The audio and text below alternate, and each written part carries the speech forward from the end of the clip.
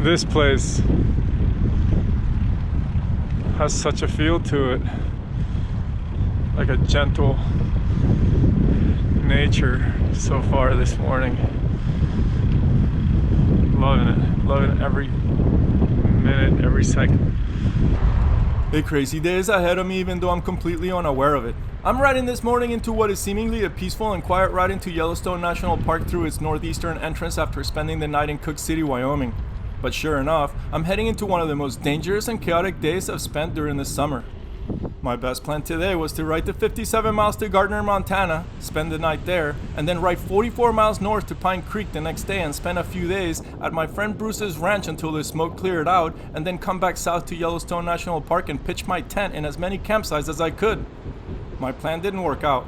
The traffic at Yellowstone was so dangerous at times that I was the most anxious than I had been on any road I've traveled so far this summer after close to 3,000 miles on my bike. That was so cool.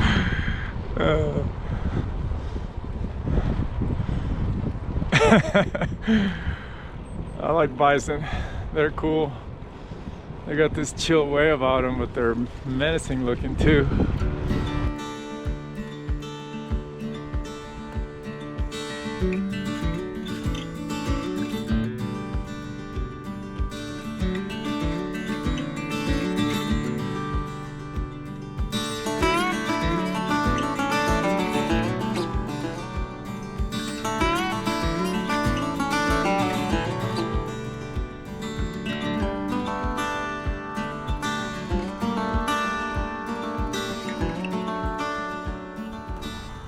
Established as the world's first national park in 1872, Yellowstone National Park protects and represents these ecological wealthy grounds which people have used as their homes, hunting grounds, and routes of transportation for over 11,000 years.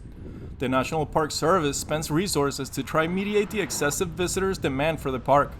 Since 1915, roads constructed allowed for automobiles to enter the park and increase the flow of nature-loving people from around the world. This traffic flow is quite dramatic, and it's not far-fetched to assume that it takes a toll on the wildlife's potential to flourish. As I keep riding into the mid-morning, the increasing traffic flow becomes more evident. The scenery is so outstanding that I've yet to pay too much attention, thinking it had become as congested as it could. But sure enough, the traffic became downtown city-like, and in just a few hours, frustrated drivers were trying to run me off the road.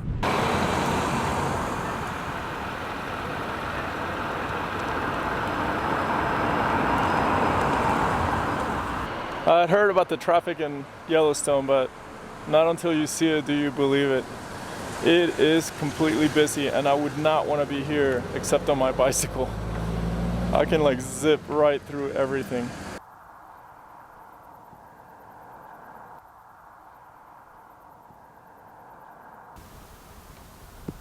Yellowstone National Park is the only place in the United States that has never domesticated free-ranging bison. There are between 4,000 and 5,000 of these massive animals which can weigh up to 2,000 pounds.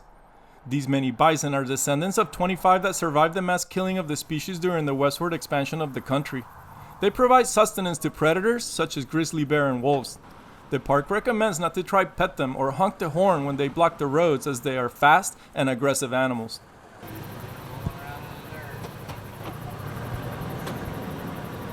I finally get loose from the bumper-to-bumper traffic and have some semi-quiet riding for a while. After that, it got crazier. I didn't record much video during these next hours because I was on such high alert. By midday and 50 miles in, I was so ready to stop and reassess my choices moving forwards that once I reached Mammoth Hot Springs, I rode straight to his campground even though full occupancy signs were showing. I rode to the front office looking to beg them to let me stop and spend the night anywhere, but they welcomed me before I could even ask. The ranger said that they know how unfriendly cycling in the park can be and assured me I could stay and only for $5. They explained that cyclists and hikers are always assured a campsite and amenities in the park regardless of how full the park is. There's elk everywhere in this town. They're just roaming around.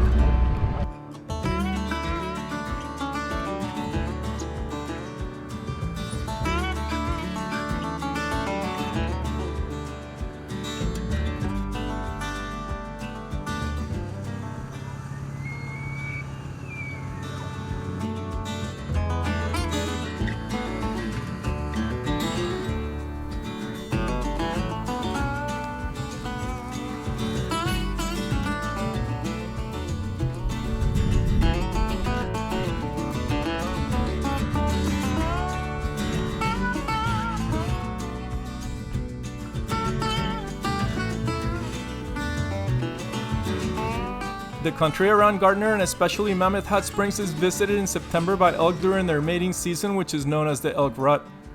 Bull elk will make a distinctive sound called a bugle to attract their cow mates as well as to let other bulls know of their presence.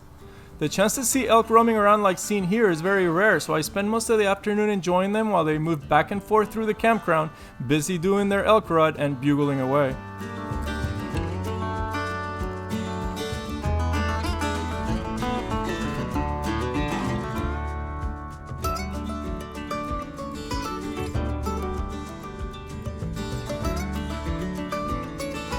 I also met the local chipmunk and learned its territory and afternoon routine while being harassed at times by this magpie.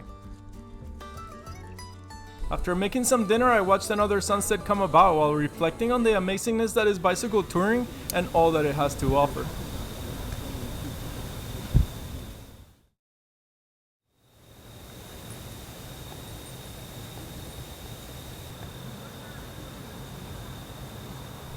I wake up at Mammoth Hot Springs campground after an amazing night's sleep, incredible sunset scenery, and close encounters with elk, eastern chipmunks, and magpies. I'm ready to get out of the park, crazy road congestion and lack of road shoulders. I'm also hoping to stay indoors at my friend's ranch for a few days to absorb some much needed family-like time and to hopefully see the wildfire smoke get pushed out by the incoming forecasted weather. Here's a glimpse of my campsite breakdown routine I so much enjoy. There is such a reward to know that all you need can fit in the same bike you can also race downhill on as fast as possible.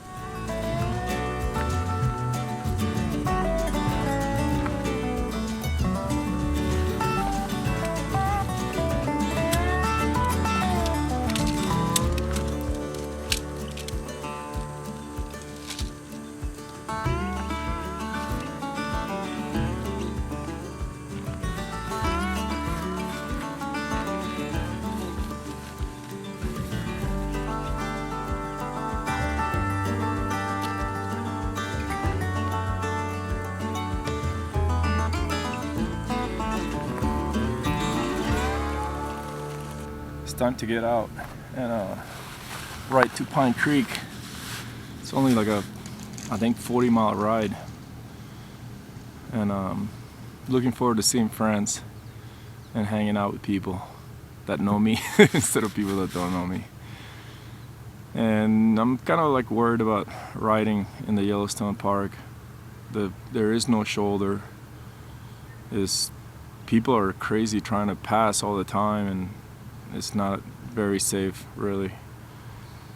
So I don't know. I really like these campgrounds in the park, so most likely I'm gonna come right back down to Yellowstone and do the loop and deal with the terrible traffic. But the camping is outrageous. They have amazing views like I just had last night, and I can't miss that. So we'll see what happens.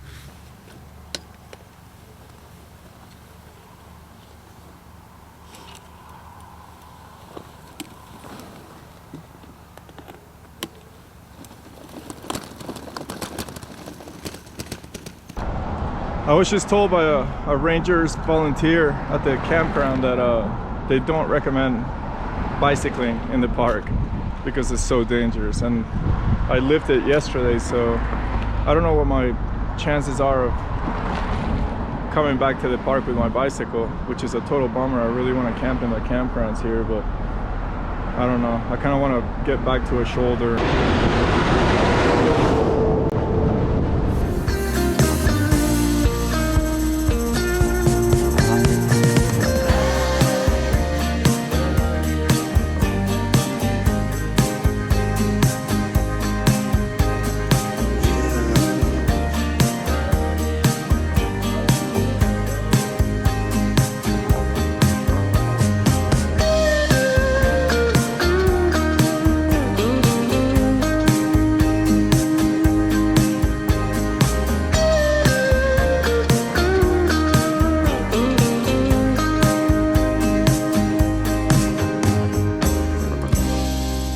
I believe I'm a very conscious bicycle rider.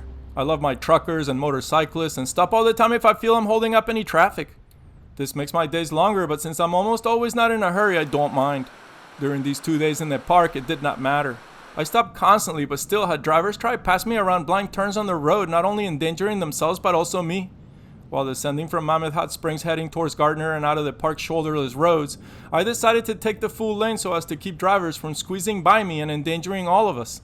When I'd see a driver coming up behind me on my rearview mirror, I would look for the best place to pull over and allow them to continue on. This worked well for the most part, as I was able to ride fast enough to stay with the traffic.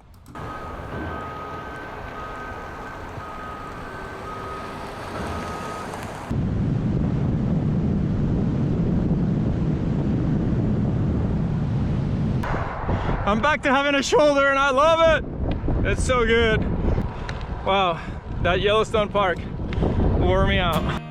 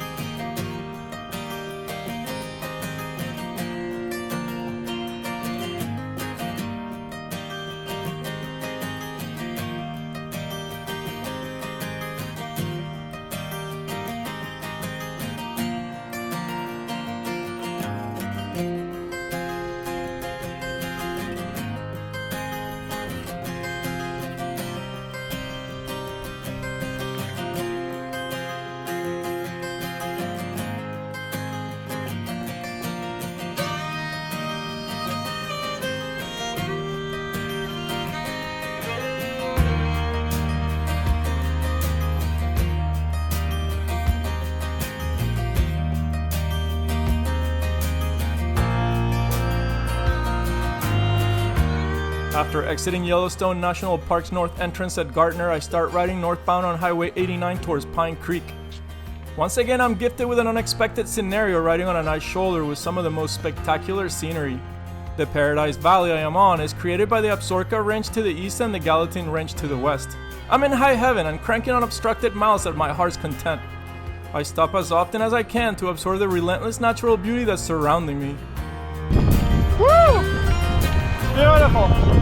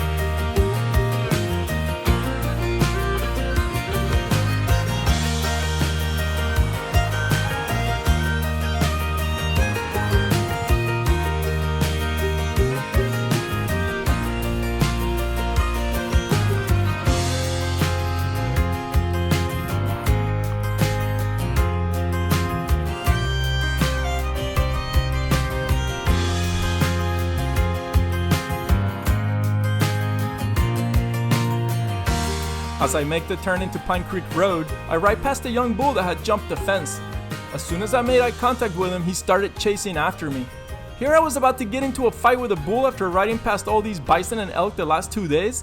Thankfully, the chase didn't develop into much other than a bit of a scare. Young bull, ready to get it on. As another spectacular day on my bike is soon behind me, I can't help but feel enormous amounts of gratitude for all I've seen and experienced these last 2 days, regardless of the stressful component that the heavy traffic brought upon me at Yellowstone National Park. I'm now looking to spend time with my friends and share stories during the next days and hope the wildfire smoke gets pushed out and continue on my quest to reach the West Coast before the winter weather shows up. So I'm leaving my buddy's house and his family. They're so cool. They hosted me for 3 nights, which is more nights than I've stayed anywhere in more than 2 months. And their property is gorgeous. I walked around everywhere, we hiked, and had a little bit of a family feeling, which was nice after being solo for so long. Those are sandhill cranes and ducks, mallards.